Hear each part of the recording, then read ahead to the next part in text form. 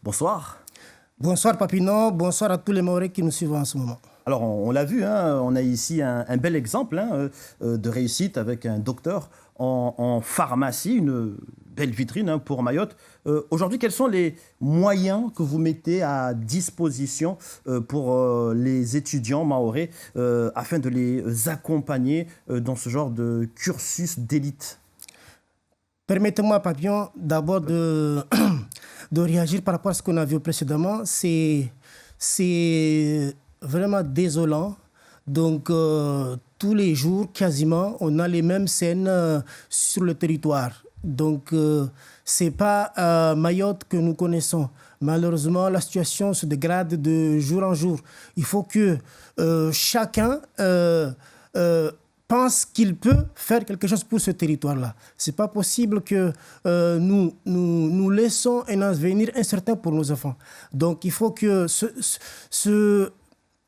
cette concorde revienne sur le territoire pour le développement en harmonie du territoire. Heureusement qu'il y a cette actualité avec cette jeune dame qui met en avant la réussite et la jeunesse mahoraise. Donc, effectivement, nous, au département, nous accompagnons beaucoup tous les jeunes qui souhaitent réussir dans leurs études ou dans leur formation, notamment en leur octroyant des bourses majorées ou des bourses spéciales pour les doctorants ou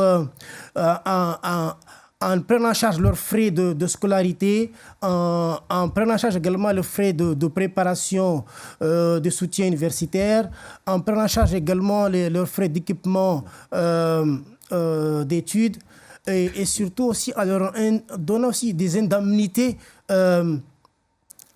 pour tous ceux qui se lancent dans la médecine.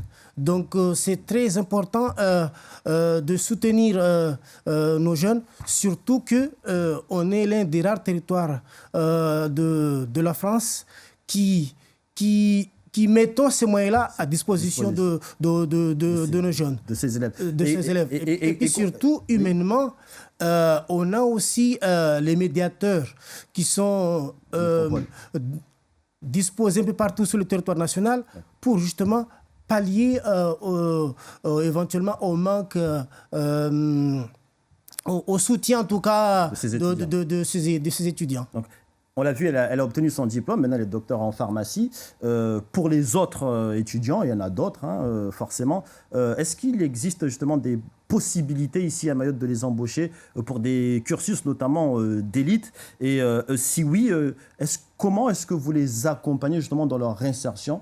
Vous êtes notamment vice-président en charge de l'insertion. Ça se passe comment pour leur insertion? Donc, pour leur insertion, on a déjà l'un des grands pourvoyeurs d'emploi sur le territoire dans ce domaine, à savoir le CHM. On a, nous, au niveau du département, les PMI qui absorbent également nos jeunes à l'issue de leur formation. Il y a aussi justement le cas de la jeune dame dans le domaine de la pharmacie. Il y a aussi le laboratoire médical qui a un besoin criant de main-d'œuvre également. Mais il y a aussi au niveau de la formation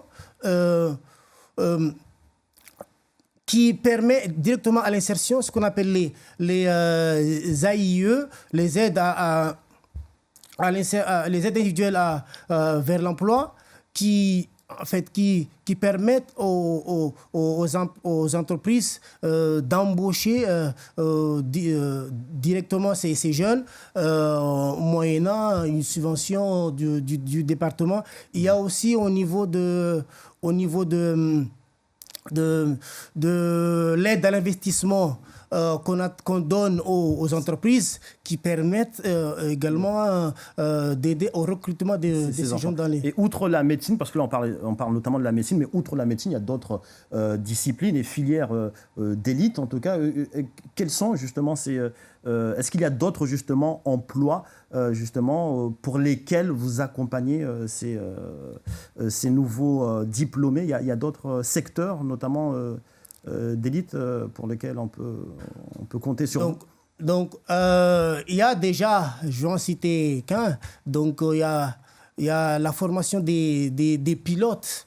Donc là, déjà l'année dernière, on a accompagné au niveau de la direction de l'apprentissage de la formation professionnelle et de l'insertion, accompagner des jeunes pour valider leur formation de pilote. Mais au niveau de la DPSU, la direction de la politique scolaire et universitaire, qui en ce moment, depuis 3 ans, accompagne 8 jeunes justement dans la formation de pilotes.